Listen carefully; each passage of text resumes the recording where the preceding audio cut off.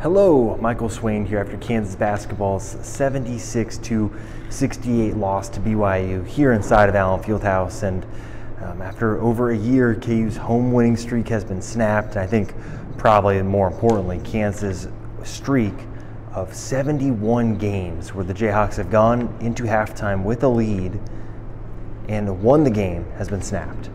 KU blows a 6-point halftime advantage, a 12-point lead in the second half in this game, and I think the story of this one is the three-point line, and this has been an issue for Kansas all season, and it's been a pretty common theme when Kansas has lost basketball games in Big 12 play. Iowa State went crazy from three, Kansas lost. Texas Tech went crazy from three, Kansas lost. West Virginia, crazy from three, Kansas lost. And BYU really didn't even go that crazy, at least by their standards. 13 of 34 tonight, about 38%. This is a team that any given night can go crazy from three and turn that 13 into 17 or maybe even more. So to some degree, Kansas did not even get the most potent version of BYU. They struggled some in the first half. And what's the issue that led to this? I just think Kansas' defense, it was not good enough. The scouting report defense that has made some of these Bill Self teams so potent defensively just wasn't there. And I think to some degree, you could point to Kevin McCullough not playing.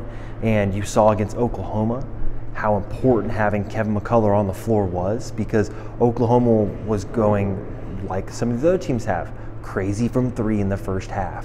What did KU do in the second half? They changed their defensive scheme, and in part because they had 5 guys on the floor who were pretty smart basketball players. Right? Dajuan Harris, KJ Adams, high IQ basketball players. You got Kevin out there, and then you got Johnny. Those are guys that know defense and they understand what they need to do and they can adjust on the fly.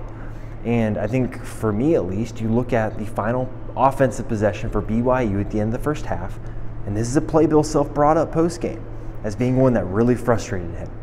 Nick Timberlake helps off of the weak side corner shooter to try and double the post.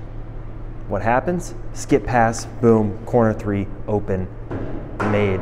And KU's lead's cut. And Bill Self talks all the time about the importance of keeping your momentum going to halftime, right? If KU is down in a game, he talks about, hey, can you get a couple possessions back at the end of the half? It's what KU did against Oklahoma a couple weeks ago, where KU was down, they got a couple possessions back at the end of the half, they're able to carry that through to the second half. And at the end of the first half, KU just gives them a free three-point basket. Because this BYU team is so good that you give them open corner threes, they're going to knock them down. It just goes to show you, I think sometimes that some of the role players that Kansas does have do not have that same defensive IQ, defensive intensity, awareness of the scouting report, where they need to be. And that's a huge part of why a game like this goes this way. Because then you look in the second half and down the stretch in particular, Cage looked disjointed defensively and out of sorts. Hunter Dickinson's out on the perimeter because KU tried to start switching stuff more, and that's a tough position for him to be in. And so I just think for KU defensively, that is why they lost this game. Yes, you can point to some free throw shooting for Kansas. Hunter Dickinson did not make his free throws down the stretch, right? Dajuan Harris missed some free throws. The team did not make shots, right? And to some degree, it's a make or miss sport. Basketball is, and they didn't make the shots.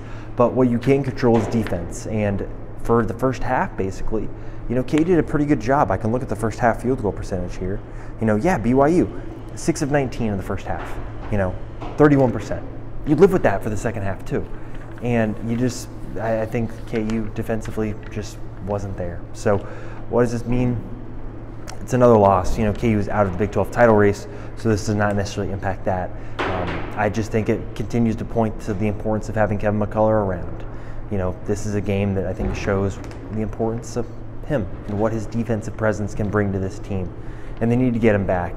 This is the type of injury where it's going to come down to when Kevin feels like he can come back. This isn't a hamstring or a groin where it's kind of a set timetable, right? 6 weeks, a month. This is something where it's going to come down to his feeling and when he feels like he can come back. So KU obviously needs him back. You look this weekend going to Baylor, a place that Kansas has not won since 2020, when that stellar KU team went to Waco, and Udoka Azubuike had an incredible performance. So it's another tough matchup for KU coming up, and they're just going to have to try and right the ship with the guys they got right now. And Bill Self has said it. They're preparing like Kevin McCullough is not coming back at this point in time. And they have to prepare like that and start playing like a team and getting ready for the NCAA tournament. So I think for this team, it's going to come down to, can they replicate some of that stuff we saw against Texas, right? The ball did not move anywhere near as well tonight as it did against Texas. KU is nowhere near as connected defensively as they were against Texas. And look, BYU is a very uncommon opponent. They play a different style than I think just about everyone else in the Big 12. So it's a bit of just a different, type of matchup for KU that obviously is not going to be the best type of one for KU. So looking into March, if you want to look at opponents, first thing you want to look at is probably the amount of three-pointers they take compared to the two-pointers. KU wants to play more teams that take two-pointers because KU itself does not shoot a lot of threes. KU made 3 threes tonight compared to the 13 for BYU. It's just different. So I think overall for KU now it's time to reset. They got to get back on the road and get a big win. And from there, it's just about improving your seeding, trying to get that bye in the Big 12 tournament. Top 4 teams get a bye, and Kansas does not need to be playing on Wednesday in Kansas City. This team needs as much rest as possible, and I think they need to finish this Big 12 play strong. So those are some of my thoughts. Obviously, plenty of stuff up on the website. Make sure you check out Bill Self's press conference. I thought he was pretty frank about everything about this game, good and bad. So I thought it was pretty interesting. So yeah, make sure you're checking out fog.net. Plenty of content to come.